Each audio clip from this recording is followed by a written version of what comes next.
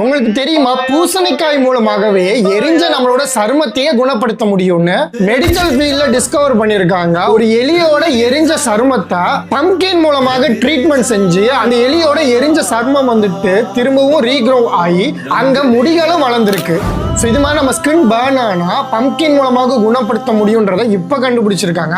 ஆனா சுபஹானல்லாஹ் 1400 வருடங்களுக்கு முன்பதாகவே திருக்குறான்ல இறைவன் நபி யூனுஸ் அலைஹிஸ்ஸலாம் திமிங்கலம் முழுங்கும் போது அந்த திமிங்கலத்தோட வயிற்றுல ஏற்படக்கூடிய ஆசிட்னால அவங்களுக்கு பாதிப்பும் ஏற்பட்டுச்சு. அப்போது இறைவன் கூறுகிறான், நபி யூனிஸை நோயிற்றிருந்த நிலையில் நாம் அவரை மீன் வயிற்றிலிருந்து வெளியேற்றி வெட்ட வெளியில் போற்றோம். அன்றியும் நாம் அவருக்கு மேல் ஒரு பூசணி செடியை முளைப்பித்து நிழலிடுமாறு செய்தோம் அப்படின்னு. இதன் மூலமாக மீன் வயிற்றுக்குள்ள இருந்த நபி யூனுஸ் அலைஹிஸ்ஸலாம் வெளியே வந்த பிறகு பம்கின் மூலமாக எடுத்த ட்ரீட்மெண்ட்னால அவங்க நோயுற்றிருந்த நிலை மாறி மீண்டும் இயல்பு நிலைக்கு மாறினாங்க.